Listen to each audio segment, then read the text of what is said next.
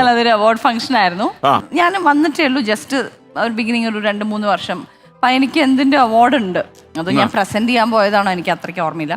അങ്ങനെ ഞാനും അച്ഛനും കൂടി ട്രിവാൻഡ്രം പോയി. തലേ ദിവസം എത്തിയപ്പോഴത്തേക്കും അവര് പെട്ടെന്ന് പറഞ്ഞു, നമുക്ക് ഭാവന മറ്റേ അരവിന്ദ് ചേട്ടൻ, അരവിന്ദ് നന്ദനത്തിലെ കൃഷ്ണനായിട്ട് അഭിനയിച്ചു. അപ്പൊ ആളുണ്ട് അവിടെ. അപ്പൊ നമുക്ക് അരവിന്ദിന്റെ പാട്ടിൽ ഭാവനയ്ക്ക് ഡാൻസ് കളിച്ചു. അപ്പൊ പ്രസന്ന മാസ്റ്ററോ കലാ മാസ്റ്ററോ ആരോ ആണ് കൊറിയോഗ്രാഫി. അപ്പൊ അവര് നമ്മൾ വർക്ക് ചെയ്തിട്ടുള്ളതുകൊണ്ട് നീ പണ്ടെന്നൊക്കെ പറഞ്ഞിട്ട് അങ്ങനെ എന്നെ കൊണ്ടുവന്ന് റിഹേഴ്സൽ. ഞാൻ ഡാൻസ് ചെയ്യാൻ വന്നതേ അല്ല, ഞങ്ങള് സംസാരിച്ചുകൊണ്ട് ഇങ്ങനെ സമയം കളഞ്ഞു കുറെ. മറ്റേ നന്ദനത്തിലെ പാട്ട് തന്നെയാണ് കളിക്കുന്നത്, മറ്റേ മനസ്സിൽ മിഥുന മഴ. ഞാൻ വലിയ സീരിയസ് ആക്കി എടുത്തില്ല. പിന്നെ സ്റ്റേജ് കയറിയപ്പോഴത്തേക്കാണ് ഞാൻ മര്യാദയ്ക്കൊന്നും പഠിച്ചിട്ടില്ലല്ലോ.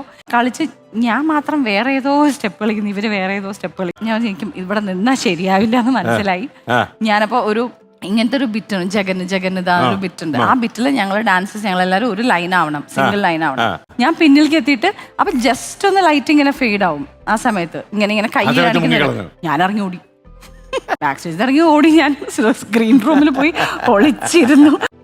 അത് കഴിഞ്ഞിട്ട് ദേവി നീയം അതൊക്കെയാണ് നോക്കുമ്പോ അരവിന്ദ് നോക്കുമ്പോ ദേവിയില്ല, ആരുമില്ല.